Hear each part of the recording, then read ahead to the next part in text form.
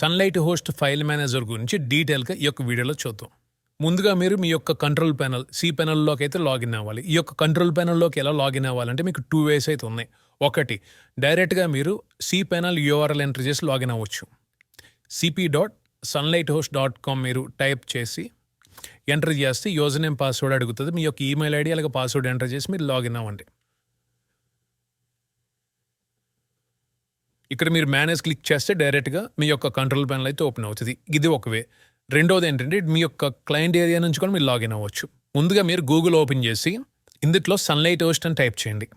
Type చేసి enter click చేస్తే మీకు sunlighthost.com అనే వెబ్సైట్ ఉంటుంది. దీన్ని క్లిక్ చేసి ఓపెన్ చేయండి. ఇక్కడ మీకు టాప్ రైట్ సైడ్ కార్నర్లో క్లయింట్ ఏరియా అని కనబడుతుంది కదా, దీన్ని క్లిక్ చేస్తే యూజర్ నేమ్ పాస్వర్డ్ అయితే అడుగుతుంది. మీ యొక్క యూజర్ నేమ్ పాస్వర్డ్ ఎంటర్ చేసి లాగిన్ క్లిక్ చేయండి. మీరు ఇలా క్లయింట్ ఏరియాలోకైతే లాగిన్ అవుతారు. అంటే ఇక్కడ మీరు ఏదైతే సర్వీసెస్ ఉన్నాయో మీకు సర్వీస్ మీద క్లిక్ చేస్తే మీ యొక్క హోస్టింగ్ ప్లాన్స్ అయితే డిస్ప్లే అవుతాయి. మీరు ఏ యొక్క hosting plan control panel open చేయాలనుకుంటున్నారో అది సెలెక్ట్ చేసుకుని ఇక్కడ login to control panel click చేస్తే డైరెక్ట్గా ఎటువంటి యూజర్ నేమ్ పాస్వర్డ్ ఎంటర్ చేయకుండా కూడా మీరు లాగిన్ అవ్వచ్చు. ఇక్కడ మీ యొక్క సర్వీస్ని సెలెక్ట్ చేసుకుని మీ యొక్క ప్యాకేజ్ మేనేజ్ క్లిక్ చేస్తే ఇలా కంట్రోల్ ప్యానల్లోకి అయితే మీరు లాగిన్ అవుతారు. ఫైల్ మేనేజర్ని ఓపెన్ చేయండి. లోడ్ అవుతుంది, వెయిట్ చేయండి. ఇది మీ యొక్క వెబ్సైట్ డొమైన్స్ ఏదైతే డొమైన్స్ యూజ్ చేస్తారో డొమైన్కి సంబంధించిన డైరెక్టరీ రూట్. ఈ యొక్క ఫోల్డర్స్ ఎలా వస్తాయి మీకు ఇప్పుడు నేను చూపిస్తాను. ముందుగా మీరు ఒకసారి హోస్టింగ్ కంట్రోల్ ప్యానల్ ఓపెన్ చేస్తే ఇక్కడ మీరు కిందకి స్క్రోల్ చేస్తే డొమైన్ సెక్షన్ దగ్గర డొమైన్స్ ఓపెన్ చేయండి. అలాగే సబ్ డొమైన్స్ కూడా ఓపెన్ చేయండి. మీ యొక్క వెబ్సైట్కి సంబంధించిన మొత్తం ఫైల్స్ అన్నీ ఇప్పుడు ఈ డొమైన్ ఉంది, ఈ డొమైన్కి సంబంధించిన డాక్యుమెంట్ రూట్ అంటే ఈ యొక్క డొమైన్కి సంబంధించిన ఫైల్స్ అన్నీ ఈ యొక్క పబ్లిక్ HTML ఫోల్డర్లో స్టోర్ అవుతాయి. అలాగే ఈ యొక్క డొమైన్కి సంబంధించిన ఫైల్స్ అన్నీ ఎక్స్ప్లోర్ సన్లైట్ దాంట్లో స్టోర్ అవుతాయి. ఈ యొక్క ఫైల్స్ ఫోల్డర్స్ మనం ఎక్కడ చెక్ చేయాలంటే మన యొక్క ఫైల్ మేనేజర్లో చెక్ చేస్తాం. అంటే మీ యొక్క కంప్యూటర్లో ఫైల్ ఎక్స్ప్లోర్ ఎలాగో వెబ్సైట్కి సంబంధించిన హోస్టింగ్ సంబంధించిన ఫైల్ చెక్ చేసుకోవాలంటే ఫైల్ మేనేజర్లో చెక్ చేస్తాం. ఓకే, సో ఈ యొక్క ఫోల్డర్స్ మనం డాక్యుమెంట్ రూట్ లేదా డైరెక్టరీస్ లేదా ఫోల్డర్స్ అని కూడా అంటాం. ఇవన్నీ డొమైన్కి సంబంధించిన ఫోల్డర్స్. ఓకే, ఇక్కడ మీరు ఏ ఫోల్డర్ అయితే ఓపెన్ చేయాలనుకుంటున్నారో ఆ యొక్క ఫోల్డర్ని సెలెక్ట్ చేసి 2 times క్లిక్ చేస్తే ఆటోమేటిక్గా ఓపెన్ అవుతుంది. అలాగే ఏ ఫోల్డర్ ఓపెన్ చేయాలని ఆ ఫోల్డర్ సెలెక్ట్ చేసి 2 times క్లిక్ చేయండి అంతే. ఓకే, మీరు డైరెక్ట్గా హోమ్కి వెళ్ళాలంటే ఇక్కడ క్లిక్ చేసి హోమ్కి వెళ్ళాలి. అండ్ తర్వాత ఇక్కడ మీకు 3 lines కనబడుతుంది కదా, దీన్ని క్లిక్ చేస్తే మీకు చాలా ఆప్షన్స్ అయితే వస్తాయి. ఇక్కడ ఫస్ట్ వన్ ఏంటంటే గ్రిడ్ వ్యూ. ఈ యొక్క ఫోల్డర్స్ అనేవి మీకు గ్రిడ్ రూపంలో మీకు కనబడాలంటే దీన్ని సెలెక్ట్ చేసుకోండి, లేదా లిస్ట్ వ్యూ కావాలంటే లిస్ట్ వ్యూ సెలెక్ట్ చేసుకోండి. అండ్ ఈ యొక్క ఫైల్ మేనేజర్ అనేది న్యూ ట్యాబ్లో ఓపెన్ అవ్వాలంటే ఈ విధంగా మీరు దాన్ని క్లిక్ చేసి ఓపెన్ చేసుకోవచ్చు ఇలా సపరేట్గా. ఓకే, అండ్ తర్వాత సెర్చ్ ఆప్షన్. మీరు ఏదైనా ఫైల్ మీరు సెర్చ్ చేయాలంటే ఫోల్డర్ వైజ్ మీరు సెర్చ్ చేయాలని సెలెక్ట్ చేయొచ్చు. అంటే ఏదైనా ఫైల్ మీరు సెర్చ్ చేయాలనుకుంటున్నారు, ఇప్పుడు ఫర్ ఎగ్జాంపుల్ నేను టెస్ట్ అనే ఫోల్డర్ నేను సెర్చ్ చేయాలనుకుంటున్నాను, అది ఎక్కడ ఉందని చెప్పి సెర్చ్ క్లిక్ చేశాను.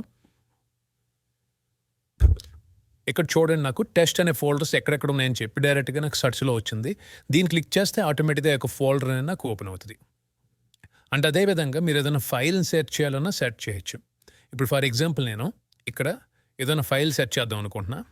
ఇప్పుడు ఈ టెస్ట్ లోపల ఏమీ లేదు, ఒకసారి పబ్లిక్లో ఏమైనా ఫైల్స్ నేను చూద్దాం. ఓకే, ఇక్కడ ఇండెక్స్ ఫైల్ లేదంటే ఏదైనా ఫైల్ సెర్చ్ చేస్తాను నేను. చూడండి, ఇప్పుడు index.php ఈ యొక్క ఫైల్ నేను సెర్చ్ చేయాలనుకుంటున్నాను ఎక్కడెక్కడ ఉన్నాయని చెప్పి. జస్ట్ సెర్చ్ క్లిక్ చేస్తే అవి ఎక్కడెక్కడ ఉన్నాయని చెప్పి మీకు కింద లిస్ట్ అయితే వస్తుంది. చూడండి, ఏమైనా డైరెక్టరీలో ఉన్నాయి, ఎక్కడెక్కడ ఉన్నాయి ఆ ఫైల్స్ మీకు ఇక్కడ వస్తాయి. డైరెక్ట్గా దీన్ని క్లిక్ చేస్తే ఆటోమేటిక్గా ఈ యొక్క ఫోల్డర్ అనేది ఓపెన్ అవుతుంది. ఇక్కడ మీకు ఫైల్ ఆటోమేటిక్ సెలెక్ట్ అయి ఉంటుంది. దీనికి కావాలంటే మీరు ఓపెన్ చేసుకొని 2 times క్లిక్ చేస్తే మీకు ఓపెన్ అవుతుంది. ఈ యొక్క ఫైల్ మీరు కావాలంటే మోడిఫికేషన్ చేసి సేవ్ లేదా సేవ్ అని క్లిక్ చేస్తే క్లోజ్ అవుతుంది. ఈ విధంగా మీరు ఫైల్స్ని సెట్ చేయొచ్చు. అండ్ ఫైల్స్ని ఓపెన్ చేసి ఏ ఫైల్ కావాలో ఆ ఫైల్ మీరు ఓపెన్ చేసి ఎడిట్ చేసుకోవచ్చు. అండ్ ఇక్కడ ఎడిట్ చేసుకునే ఆప్షన్స్ మీకు చాలా ఉన్నాయి. వర్డ్ వ్రాప్ కనుక మీరు ఫుల్ స్క్రీన్ పెడితే మీకు మొత్తం ఈ యొక్క కంటెంట్ అనేది ఫుల్ స్క్రీన్లో చూపించుద్ది, మీకు బయటికి వెళ్తే వెళ్దాం. అదే కనుక మీరు 80 charactersలో పెడితే ఇక ఎంతవరకు మీ యొక్క కంటెంట్ అనేది క్లియర్గా చూపిస్తుంది. అదే కనుక మీరు నన్ను పెట్టేస్తే మీకు అవుట్ సైడ్ కూడా వెళ్ళిపోతాయి. అప్పుడు ఏంటంటే మీరు డ్రాగ్ చేసుకుంటూ చూసుకోవాలి. ఓకే, ఈ యొక్క థీమ్ అనేది మీకు వైట్ కలర్లో ఉంది కదా, మీరు డార్క్ మోడ్లో పెట్టుకోవాలని పెట్టుకోవచ్చు. ఓకే. ఈ యొక్క ఫైల్ మీరు లాస్ట్ టైమ్ ఎప్పుడు మోడిఫికేషన్ చేశారో యొక్క డేట్ అనేది ఇక్కడ మీకు డిస్‌ప్లే అవుతది. అంటే మీరు వన్స్ చేంజెస్ చేసిన తర్వాత సేవ్ చేంజెస్ క్లిక్ చేయొచ్చు. లేదంటే సేవ్ అండ్ క్లోజ్ డైరెక్ట్‌గా మీరు క్లోజ్ చేసుకోవచ్చు. అండ్ తర్వాత మీరు ఏదైనా ఫోల్డర్ క్రియేట్ చేయాలంటే దీన్ని క్లిక్ చేసి మీరు ఏ ఫోల్డర్ కావాలితే ఆ ఫోల్డర్ క్రియేట్ చేయొచ్చు. ఇప్పుడు నేను పబ్లిక్ HTMLలో ఒక శాంపుల్ అనే ఫోల్డర్‌ని క్రియేట్ చేద్దాం అనుకుంటున్నా. క్రియేట్ అని క్లిక్ చేసి లేదంటే క్రియేట్ అండ్ ఓపెన్ కూడా మీరు క్లిక్ చేసి ఓపెన్ క్లిక్ చేసి డైరెక్ట్‌గా ఫోల్డర్ క్రియేట్ అయ్యి ఆ ఫోల్డర్ కూడా మీకు ఓపెన్ అవుతది. శాంపుల్ అనే ఫోల్డర్ క్రియేట్ అయ్యి ఆటోమేటిక్‌గా ఓపెన్ అవుతది. పబ్లిక్ HTMLలో నేను క్రియేట్ చేశాను ఫోల్డర్. ఇక్కడ ఎస్‌లో ఉంటది చూడండి. ఇక మీకు శాంపుల్ అండ్ ఫోల్డర్ క్రియేట్ అయింది చూడండి. ఓకే. నెక్స్ట్ వన్ వచ్చేసరికి మీరు ఏదైనా సింగిల్ ఫైల్‌ని కూడా మీరు క్రియేట్ చేయొచ్చు. ఫోల్డర్ కాకుండా ఇప్పుడు నేను ఈ శాంపుల్ అనే ఫోల్డర్‌లో ఒక ఫైల్‌ని క్రియేట్ చేయాలనుకుంటున్నా. న్యూ ఫైల్ క్లిక్ చేసి ఆ టెస్ట్ అనే ఫైల్ నేను క్రియేట్ చేస్తున్నా. దీన్ని క్రియేట్ అండ్ ఓపెన్ క్లిక్ చేస్తే ఆ ఫైల్ ఆటోమేటిక్‌గా క్రియేట్ అయ్యి ఓపెన్ అవుతది. ఓకే. ఈ విధంగా క్లోజ్ చేస్తున్నా. ఫైల్ అయితే క్రియేట్ అయింది. తర్వాత వచ్చేసరికి మీరు ఏదైనా ఫైల్‌ని ఇప్పుడు ఫర్ ఎగ్జాంపుల్ ఈ ఫైల్ మీరు కట్ చేశారనుకోండి లేదా కాపీ చేశారు. ఇక్కడ మీకు క్లిప్ బోర్డ్ ఉంటది చూడండి. ఇక్కడ పేస్ట్ ఆప్షన్ ఉంటది. ఇప్పుడు నేను దీన్ని కాపీ చేశాను కదా! ఇది నేనేం చేస్తానంటే వేరే ఫోల్డర్ ఒకటి ఓపెన్ చేస్తా. test4 అనే ఫోల్డర్ ఓపెన్ చేస్తున్నా.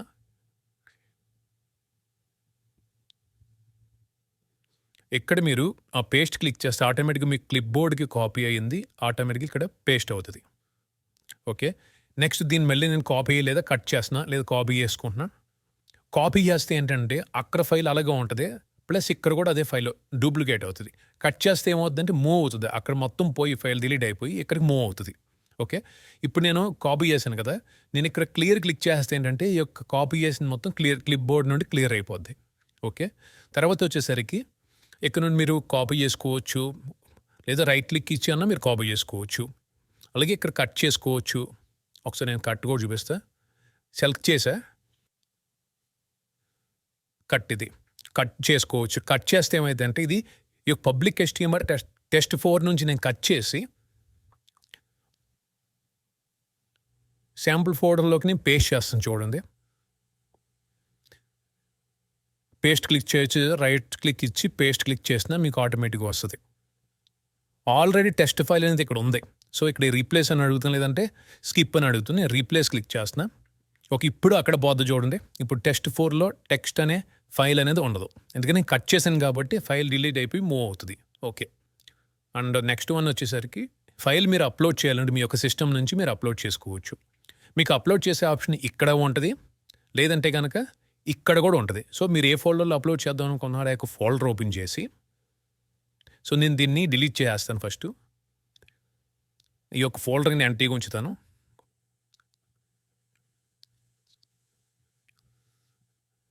దీన్ని క్లిక్ చేసినా లేదంటే గనక ఇక్కడ క్లిక్ చేసినా మీరు అప్లోడ్ చేసుకోవచ్చు. అప్లోడ్. ఇప్పుడు నేను ఇక్కడ క్లిక్ చేసి అప్లోడ్ చేస్తాను. దీన్ని క్లిక్ చేసినా మీకు అదే పేజ్ ఓపెన్ అవుతది. ఫైల్ సెలెక్ట్ చేసుకుంటాను.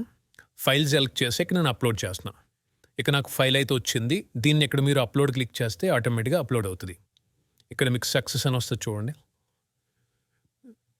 ఓకే. కంప్లీట్ అయిపోయింది. ఆటోమేటిక్‌గా రీలోడ్ అవుతది. ఒకవేళ మీరు రిఫ్రెష్ చేయాలంటే దీన్ని రిఫ్రెష్ చేసినా రిఫ్రెష్ అవుతది. ఈ విధంగా మీరు ఫైల్ అప్లోడ్ చేసుకోవచ్చు. ఈవెన్ ఫోల్డర్స్ కూడా మీరు అప్లోడ్ చేసుకోవచ్చు. ఒకసారి నేను రిఫ్రెష్ చేసి ఇక్కడ నేను పబ్లిక్ HTMLలో ఏదో ఒక ఫైల్ ఓపెన్ చేస్తున్నా. ఏదో ఒక ఫోల్డర్ ఓపెన్ చేస్తున్నా.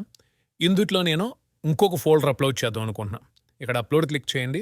సెలెక్ట్ ఫైల్స్ క్లిక్ చేసిన తర్వాత ఇక్కడ అప్లోడ్ ఫోల్డర్స్ క్లిక్ చేస్తే ఏంటంటే మీరు ఫోల్డర్‌ని అప్లోడ్ చేసుకోవచ్చు. ఇప్పుడు నేను ఏదో ఒక ఫోల్డర్‌ని అప్లోడ్ చేస్తాను.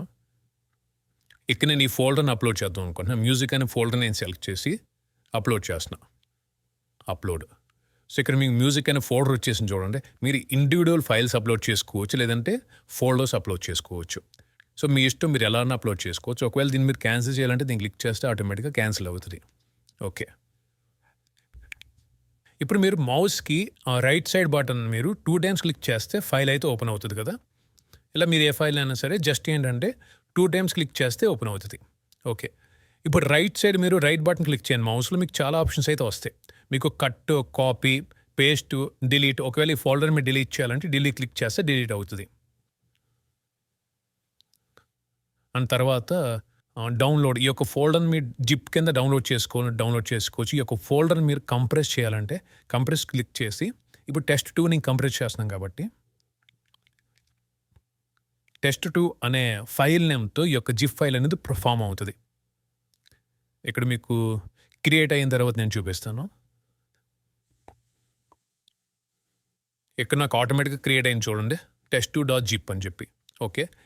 అదే విధంగా మీరు ఇదే test2ని ఆటోమేటిక్‌గా జిప్ కింద కన్వర్ట్ చేసి మీ యొక్క ఫైల్ కూడా డౌన్లోడ్ అవుతది. డౌన్లోడ్ యాస్ జిప్ అని సెలెక్ట్ చేస్తే.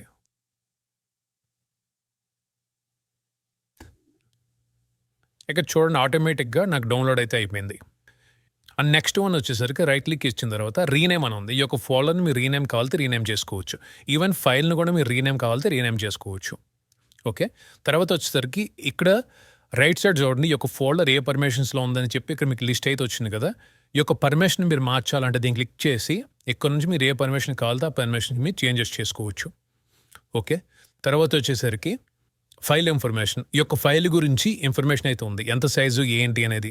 సో అదేవిధంగా మీరు ఈ ఫోల్డర్ గనక ఒకసారి మీరు చెక్ చేస్తే ఫైల్ ఇన్ఫర్మేషన్ చెక్ చేస్తే ఇది ఎంత సైజు ఉంది ఏంటి అని చెప్పి ఇన్ఫర్మేషన్ అయితే వచ్చింది. ఓకే.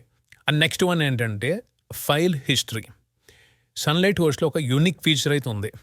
మీకు ఆటోమేటిక్ టైమ్‌లైన్ బ్యాకప్స్ అయితే మీకు ఏ ప్లాన్ తీసుకున్నా సరే మీకు ఫ్రీగా ఇంక్లూడ్ అయ్యి వస్తది. అంటే మీ యొక్క వెబ్‌సైట్ మొత్తం ఫైల్స్, ఫోల్డర్స్ మొత్తం అన్నిటిని ఆటోమేటిక్‌గా బ్యాకప్ అవుతది. మీ యొక్క వెబ్‌సైట్‌కి సంబంధించిన డేటాబేస్ ఏంటి ఎవ్రీథింగ్ బ్యాకప్ అవుతది డైలీ. సో మీరు ఎప్పుడు కావాలంటే అప్పుడు మీరు రీస్టోర్ చేసుకోవచ్చు. ఆ యొక్క ఆప్షన్ అనేది మీ యొక్క cPanelలో ఇక్కడ టైమ్‌లైన్ బ్యాకప్స్ అని ఉంటది. దీన్ని క్లిక్ చేసి స్నాప్‌షాట్స్ కింద డైలీ బ్యాకప్ అవుతూ ఉంటది. ఇలా డేటాబేస్ బ్యాకప్ అవుతుంది. అలాగే మీ యొక్క వెబ్‌సైట్‌కి సంబంధించిన మొత్తం ఈ యొక్క ప్యాకేజ్‌లో ఎన్ని వెబ్‌సైట్స్ అయితే ఉన్నాయో, ఎన్ని ఫోల్డర్స్ అయితే ఉన్నాయో, ఎన్ని ఫైల్స్ అయితే ఉన్నాయో మొత్తం అంతా బ్యాకప్ అవుతది. ఇక్కడ స్నాప్‌షాట్ చెక్ చేస్తే మీకు ఇక్కడ ఏ డేట్ కావాలంటే ఆ డేట్‌కి డైలీ బ్యాకప్ అవుతూ ఉంటది. ఓకే. తర్వాత వచ్చేసరికి ఆ ప్యాకేజ్ నేమ్. అంటే ఈ యొక్క హోస్టింగ్‌లో మొత్తం ఫైల్స్ అన్నీ ఎక్కడికి బ్యాకప్ అవ్వాలి, ఎక్కడికి రీస్టోర్ అవ్వాలి యొక్క పాత్ సెలెక్ట్ చేసుకోవచ్చు. ఇప్పుడు మీరు ఇది గనక రీస్టోర్ క్లిక్ చేస్తే మీ యొక్క ఫైల్ మేనేజర్‌లో ఏ అయితే ఫైల్స్ ఉన్నాయో, ఏవైతే డిలీట్ అయిపోయినాయో మొత్తం అన్నీ బ్యాక్ వచ్చేస్తాయి. లేదు అనుకుంటే గనక మీరు ఒక ఫోల్డర్ నేమ్ ఇవ్వచ్చు. ఇక్కడ ఏదైనా ఫోల్డర్ నేమ్ ఇచ్చారంటే ఫర్ ఎగ్జాంపుల్ ఇక్కడ నేను టెస్ట్ బ్యాకప్ అనే ఫోల్డర్ ఇచ్చా. ఎక్కడ డైరెక్ట్‌గానే పెట్టేసాను. అంటే పబ్లిక్ లోపల కాకుండా డైరెక్ట్‌గా ఒక ఫోల్డర్ క్రియేట్ అయ్యి మీ యొక్క వెబ్‌సైట్ ఫైల్ మేనేజర్‌లో ఫైల్స్ ఉన్నాయి అన్నీ ఉన్నాయి చూసారా? అవన్నీ ఏంటంటే ఆటోమేటిక్‌గా ఆ యొక్క ఫోల్డర్‌లోకి మీకు రీస్టోర్ అయిపోతాయి. అక్కడ నుంచి మీరు చెక్ చేసుకొని మీరు యూజ్ చేసుకోవచ్చు.